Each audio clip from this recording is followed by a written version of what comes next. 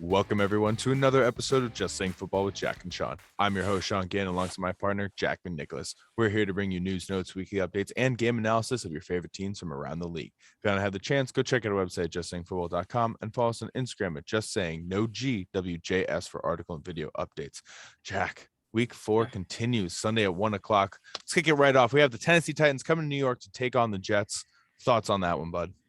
Yeah, I mean, the Jets right now, I would like to see them kind of take advantage against Tennessee this week. Tennessee is going to be out. No Julio Jones, probably also no A.J. Brown. So it's going to be a lot of Derrick Henry in this one. And the Jets, last ranked offense right now, only 6.7 points per game. So I'm looking for them to score. Tennessee is one of the weaker defenses right now, and the Jets try to get their first win. But I'm going all Titans in this one. No way around it. I'm sticking with the Titans in this one. I do expect the Jets to finally put up some more points than we have seen in the last couple of weeks. The goose egg, then only 6, I believe. So I do expect more points in that. This Titans defense isn't the strongest defense out there, but I do think that their offense with Derrick Henry is enough to get the job done. And Ryan Tannehill definitely improved last week. Moving on, we have the Kansas City Chiefs heading to Philadelphia to take on the Eagles. Thoughts, bud? Yeah, highest over under the weekend here going into Philly. Kansas City, just hasn't been able to look the same way the last 2 weeks. I feel like it's time to ask whether they're, finally in that non-immortal stage. Obviously it's early in the season, but Philly has a really tough defense to be going up against this season so far. Even though they're 1-2, they do play better than that. Yeah, they fell in the hole early last week against the Cowboys, and that's what really set them back. They weren't able to really run the ball a lot. So I do expect them to try to play a much more balanced game, limit the turnovers early on that, allowed the Cowboys to score really quickly. Because this is a Chiefs offense. Similar to the Cowboys, it's explosive. They can score in 2 plays, they can score in 20 plays, they can score in 7 plays, they can score all a bunch of ways with their running backs and their wide receivers. Clyde Edwards-Helaire fumbling a lot. Needs to start carrying the ball better, man. That's not okay. The Butterfingers have not been good for him, but I do think that KC gets it together this weekend. I do expect them to get the win. I don't think that this is going to be a bad game, though. I don't think they're going to come in there and decimate them coming off of, another loss, but I do think that it's going to be a pretty interesting game. The Eagles do have some life in them. They're kind of fun. Yeah, no, it's interesting. They've put together a really good roster this year. Jalen Hurts looks good. Last week they just couldn't get it done. Like you said, they fell behind. But this week, last week they were playing Dallas. Dallas is, a top half of the league when it comes to defense and points allowed per game. But Kansas City, shockingly, second worst right now. They're allowing over 30 game. So we need to watch their defense step up and try to shut down Jalen Hurts if they want to get this win. But like you said, just so many weapons on the offense. The fact that they need to get Clyde Edwards-Helaire going, I think that this is going to be the game and the week for them to do it. He only has, 189 yards on the season. He only has 5 catches through 3 weeks. I would like to see him get a lot more involved and create some mismatches for this Philly defense that has been kind of an anchor. So, I mean, I'm going to go with, the offense. Patty Mahomes. I think, him, Tyreek Hill, McCole Hardman, Travis Kelce are going to get it out this week. Exactly. I think that they do not want to lose 3 in a row either. No, absolutely not. Moving on. Carolina Panthers heading to Dallas, taking on the Cowboys. It's going to be an interesting one. That's a real big test for the Panthers, dude. They've been kind of blessed with the light schedule to start, so to speak. Yeah. Now this is kind of going to be their main first test for them. I think that they could be a sneaky team to win, but to possibly get a playoff spot. But this is going to be a good test for their defense.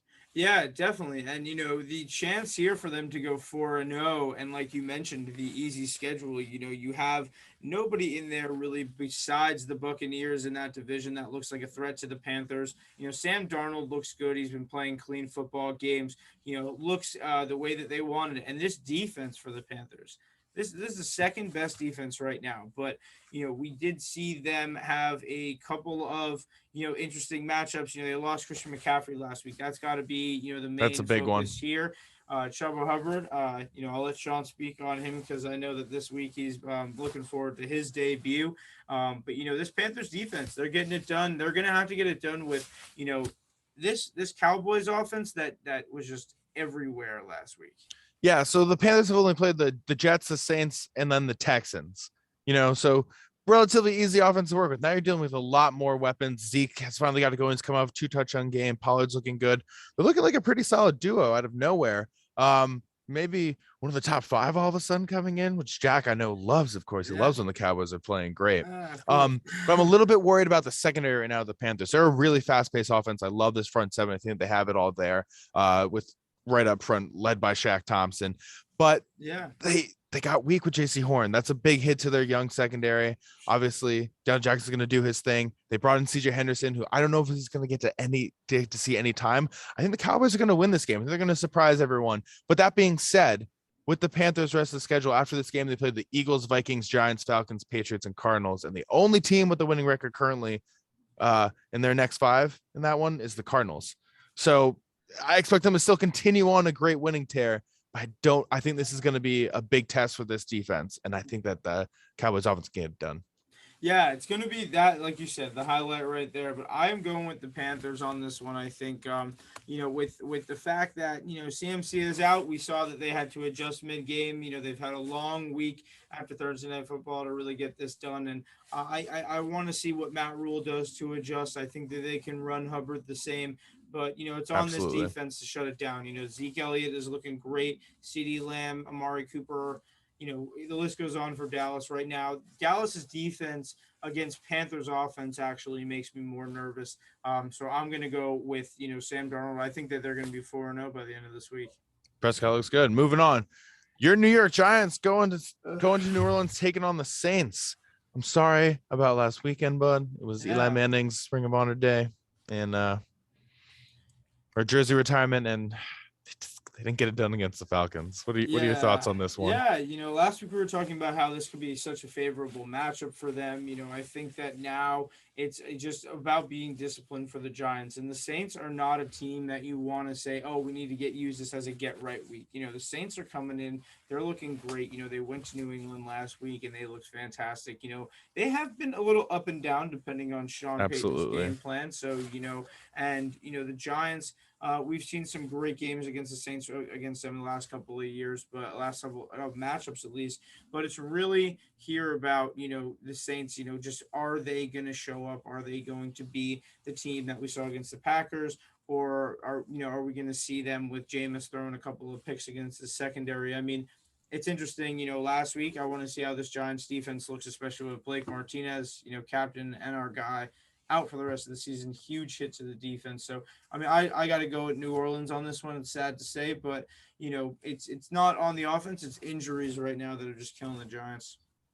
Yeah, it's a little bit on the offense. Look, Daniel Jones has been playing okay. He's surprisingly the 8th ranked quarterback on Pro Football Focus right now. So that's surprising, but I like the Saints defense. They played great against the Patriots last week. They're going to kind of carry that momentum up against the Giants offense. That's what's worried me the most. And then now you're factoring all these injuries that are coming in, like you just mentioned. It's not looking good for the Giants right now at the start of their receiving core. You wanted to see a lot more. Hopefully this is maybe a big Galladay day, but you never know. You paid him big money. I'm going with the Saints though. Yeah, definitely. And, it's about Galladay. It's about the money now. He's had some weeks to get healthy and get right. We need him out there. Shepard may not be playing. Darius Slayton also not on track to play. Hammies, man. But let's get over to, your team real quick. Going up against Cleveland after coming in and beating Russell Wilson last week. You give me your thoughts on this one, man. This one's gonna be huge. Vikings are interesting me, man. Kevin Stefanski, he spent his entire career in Minnesota before finally going to the Browns. He knows this team. He was part of those draft rooms, part of those war rooms. He knows this team up and down for so many reasons. He was part of our offensive system for so long, moving up through the ranks before he reached OC and then eventually got the job at Cleveland. So he knows this team. He helped build this offense. He knows the weak points.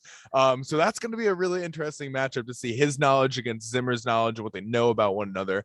And the thing that worries me is just that the Vikings keep playing the way they did in the first half against the Seahawks, which was just allowing them to pass all over them. It's going to be a very, very long season for us. The adjustments that they made in the second half were brilliant, absolutely amazing. They didn't score any points. They were barely able to move the ball. The offense took long drives. It was a great second half script.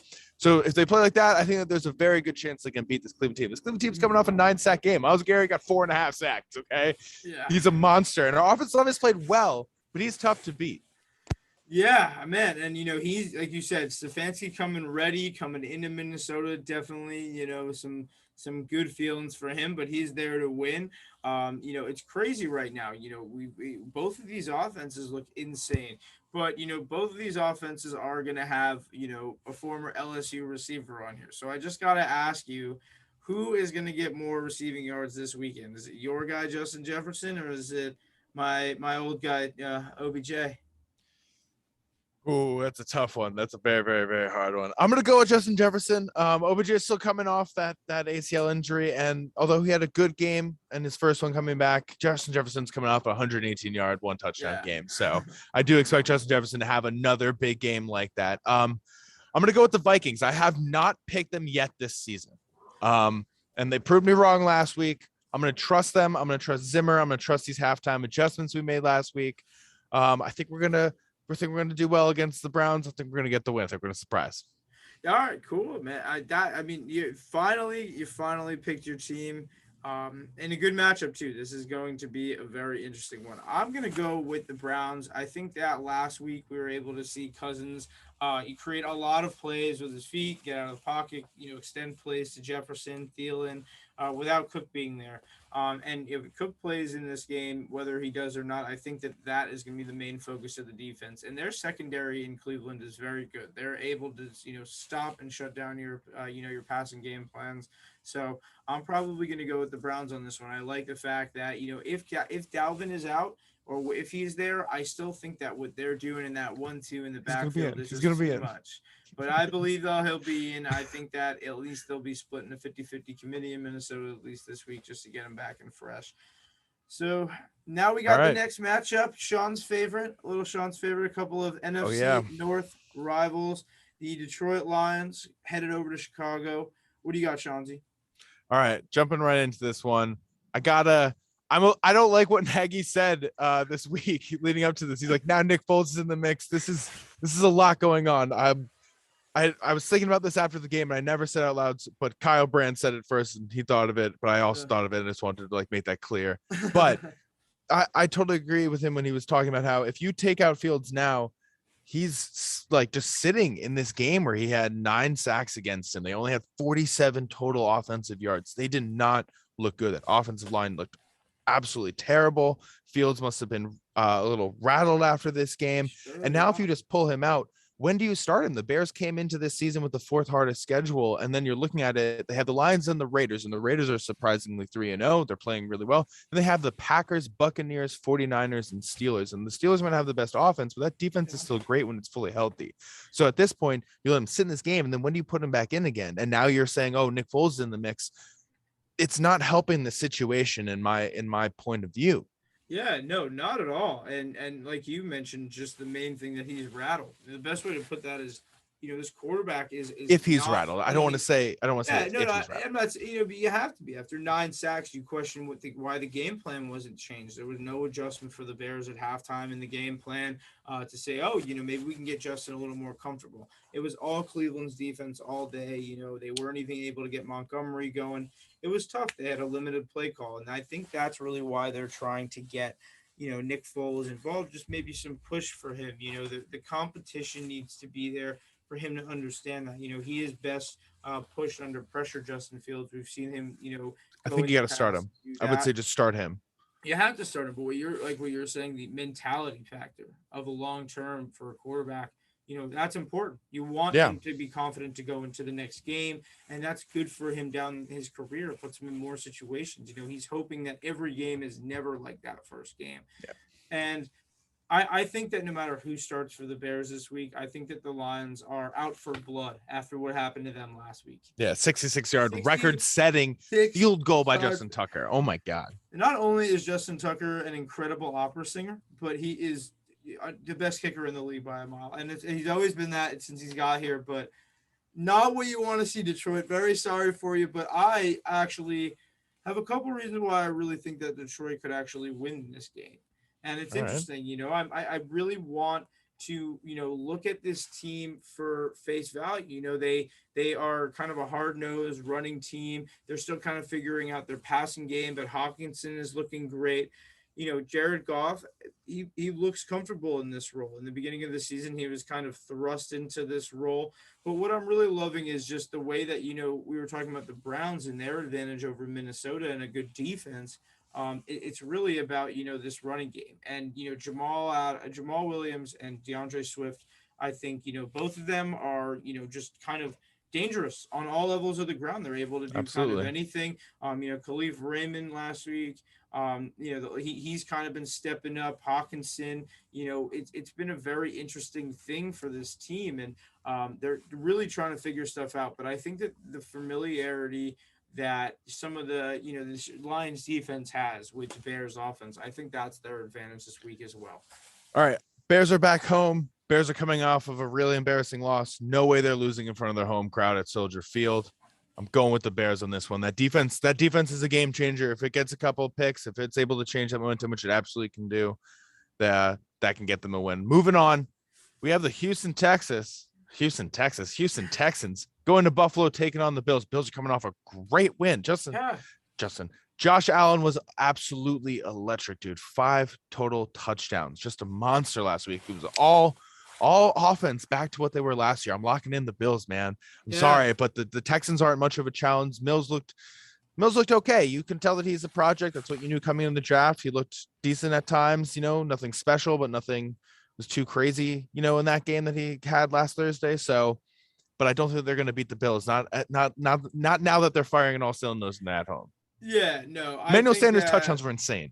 I know. Emmanuel Sanders has been like such a bright spot for this offense this year. And, a couple weeks ago we were asking, like, where's Josh Allen? Where'd he go? He was everywhere last year. Where'd he go?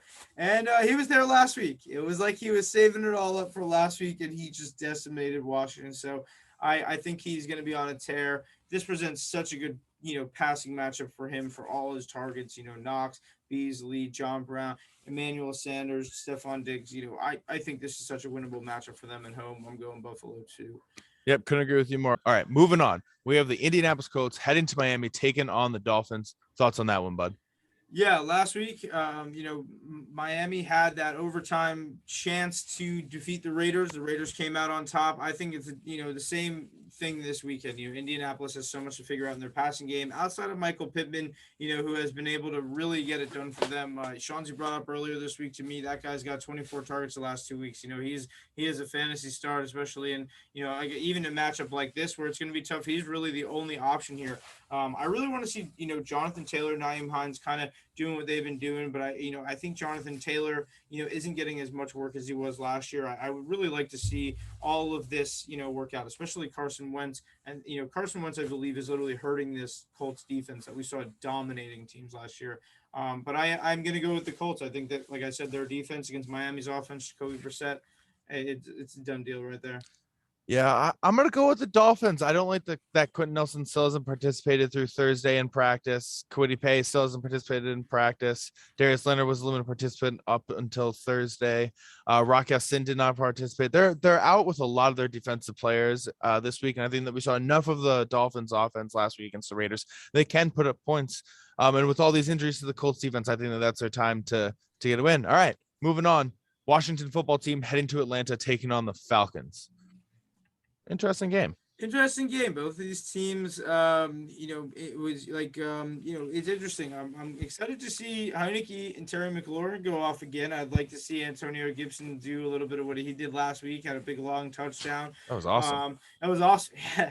But this is the opportunity right now for Washington to get back up. I think that Atlanta, has some issues, but if Matt Ryan can really get it together this week, I think that last week the play calling was an issue against the Giants. And I think that if he can, match up against Heineke well here, and Atlanta can just, their defense can disrupt Heineke a little bit more, that means that Matt Ryan's going to have a little more opportunity at home.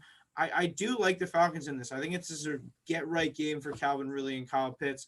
Loving what Washington's doing right now, but Atlanta, they have a team that can stay competitive. I think Washington, it's about matchup for them, but I'm going with Atlanta on this one. I got to defer. I got to go with Washington. I like that defensive matchup. The Falcons offense hasn't looked super strong throughout the entire season. Sorry about last week with the Giants. But I just think that Washington's defense is an overmatch for them. And I just think that Heineke has shown enough flair and pop that they can rally behind him. I think that him and McLaurin have a good game against a really, really light Falcons defense. So Yeah. going with Washington. Nice. Yeah. All right. Well, seems like that's all the time we have, right? Yeah, it is. Took the words right out of my mouth. Yeah, I didn't mean to take it. I wasn't sure if you were going to say it, but justsayingfootball.com. Check us out. Just Saying Football on YouTube, and Just Saying WJS, Just Saying No G WJS on Instagram for all your video and article updates. Thanks. Enjoy.